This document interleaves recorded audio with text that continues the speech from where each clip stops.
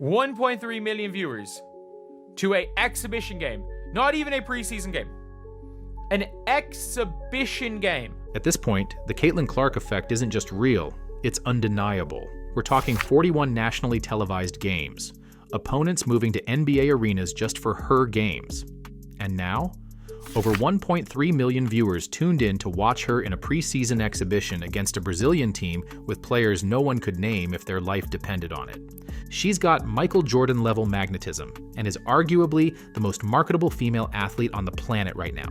Everyone can see it. So, why doesn't Nike? Lead sponsors that was noticeably quiet yesterday was Nike. And a lot of people were tweeting about this. They were wondering, why isn't Nike and Nike basketball, why are none of their accounts saying anything about this? Yes, it's a preseason game, but this is a huge day for Caitlin. She's returning to her alum. Who knows when she will play there again? And she hit a 36-foot three-pointer. While other Caitlin Clark sponsors like Gatorade were out front celebrating what was an emotional, electric, and downright historic homecoming in Iowa City, Nike was silent.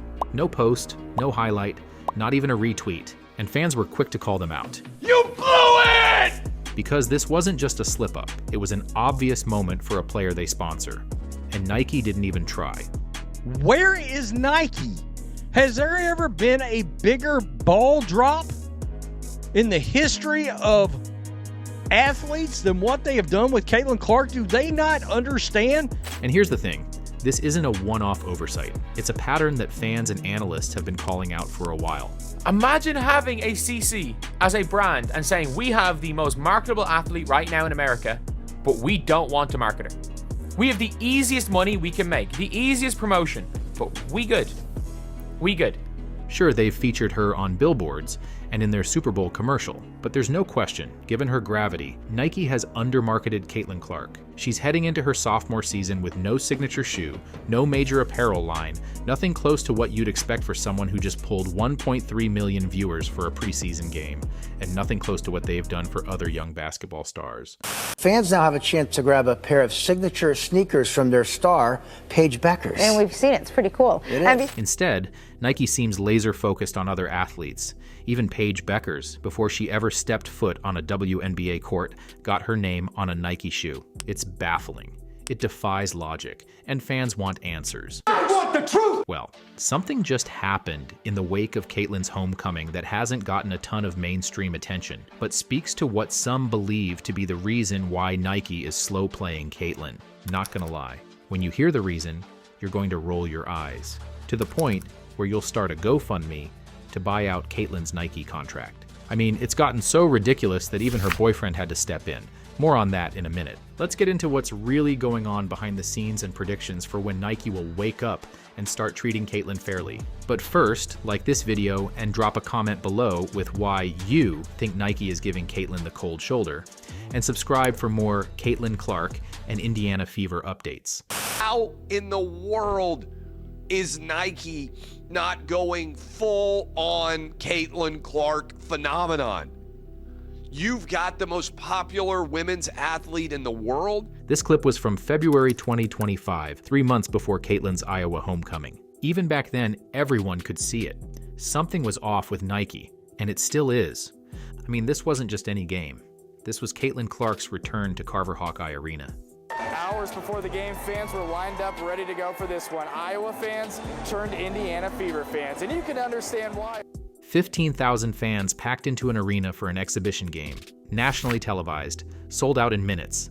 This was playoff-level hype, and it's obvious why. How will she go for history? This was where records were set. It's the birthplace of the Caitlin Clark effect that has single-handedly transformed the NCAA, the WNBA, and women's basketball as a whole. The hype leading up to it was deafening.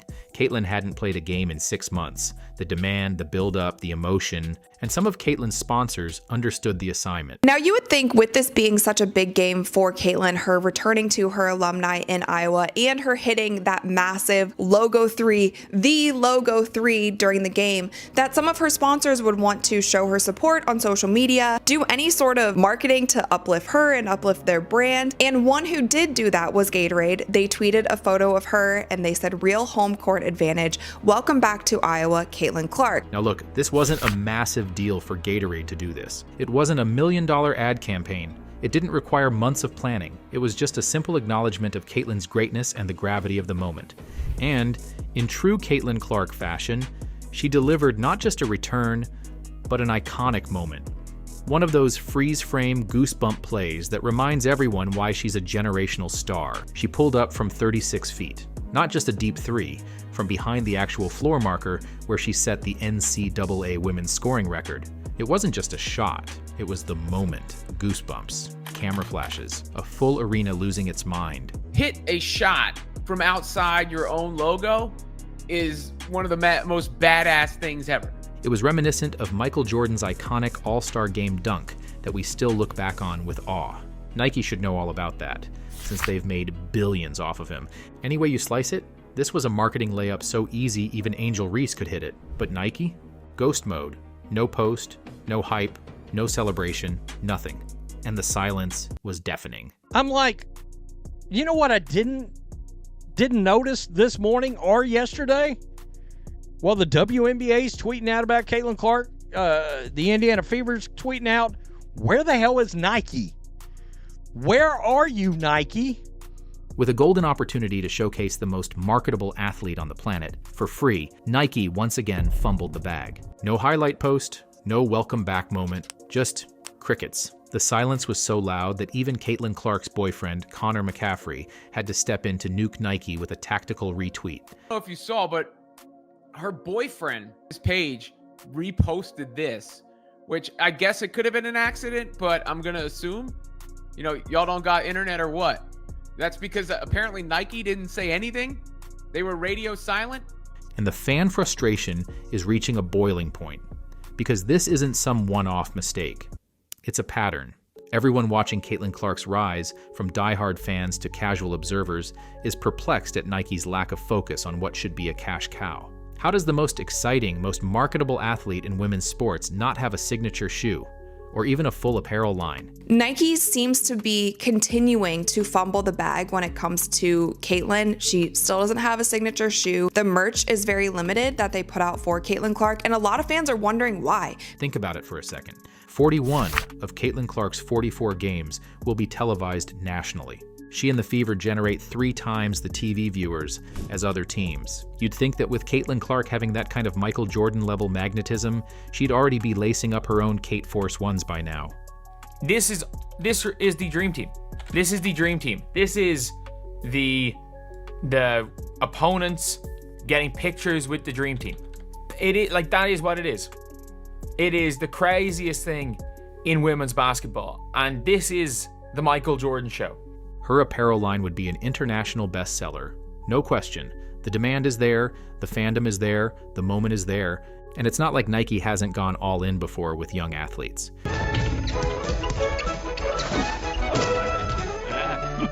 Think Air Jordan this season. By Nike. Michael Jordan got his Air Jordans in his rookie year. LeBron James had the Nike Air Zoom generation his first season in the NBA back in 2003. When Nike spots a once-in-a-generation talent, they usually move fast, turning athletes into icons overnight. By every measure, Caitlin Clark is that kind of talent. The trajectory is undeniable. She has the numbers, the fans, the cultural impact. Nike doesn't need proof at this point. She's already arrived, and that's what makes their behavior so bizarre. At best, it's a misguided strategy. At worst, it feels like she's being intentionally sidelined. Remember the AI voice, the Rookie of the Year Caitlin Clark AI voice? It didn't even get the actual person to do it. It just showed a picture of her, a still image of a picture of Caitlin Clark's thing. And it was like, Rookie of the Year Caitlin Clark. And they had to add in post-production because everyone went so mad at the commercial when they hyped up every other player other than Caitlin Clark. I don't know what Nike are doing. And if you think all of this is illogical on Nike's part, get a load of this. Nike is forecasting a steeper drop in its revenue for the current quarter than analysts expected. It's not as if Nike is crushing it right now. Their stock is down 39% over the past year. And it's not just a blip. They've warned that sales are likely to slump even more, with a potential double-digit revenue drop on the horizon. Analysts aren't sugarcoating it either. Many don't expect a real turnaround until at least 2026. The problem?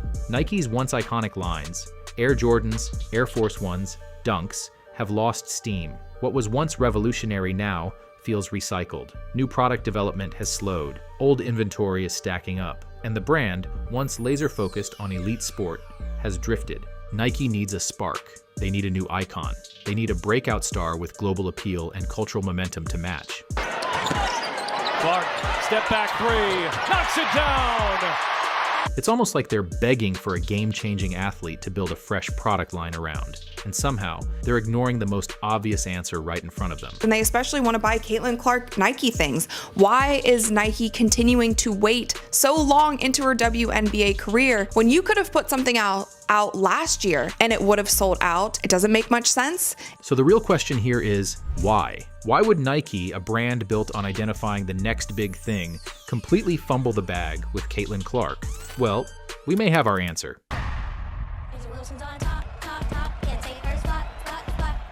This was the ad for the launch of A'ja Wilson's signature shoe, the A1. And it was launched the day before Caitlin Clark's Iowa homecoming. And just 3 days later, Nike dropped a limited release of A'ja Wilson's new shoe, which sold out in minutes. Could the timing of A'ja's shoe launch prevented Nike from even mentioning Caitlin Clark? Well, where there's smoke, there's usually a jealous fire. Johnson said the entire WNBA should have been chosen as the League of the Year and that numerous stars should have been put on the cover. Think about how Caitlin was treated by the WNBA all last season.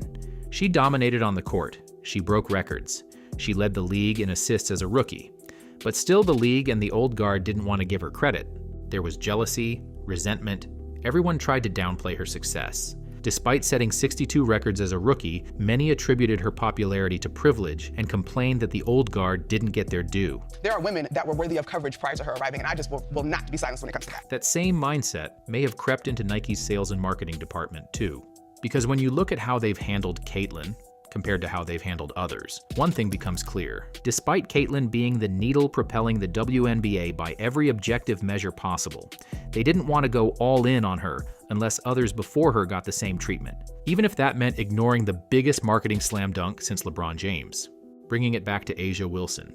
He reports Nike wants to prioritize A'ja Wilson, and it fears the optics of giving a rookie a signature shoe before an already established star who just won league MVP for the third time. Nike likely wanted to avoid any perception of showcasing their shiny new star at the expense of its champions who've been grinding for years. They didn't want the optics of snubbing veterans like A'ja Wilson by going full throttle on Caitlin Clark too fast. The backlash from the WNBA's old guard and a broader segment of the Nike universe, I'm guessing, would be too intense. The reason this is happening is they're scared of the old WNBA fandom. The very people that are mad at all you Caitlin Clark fans, Nike doesn't want to make mad.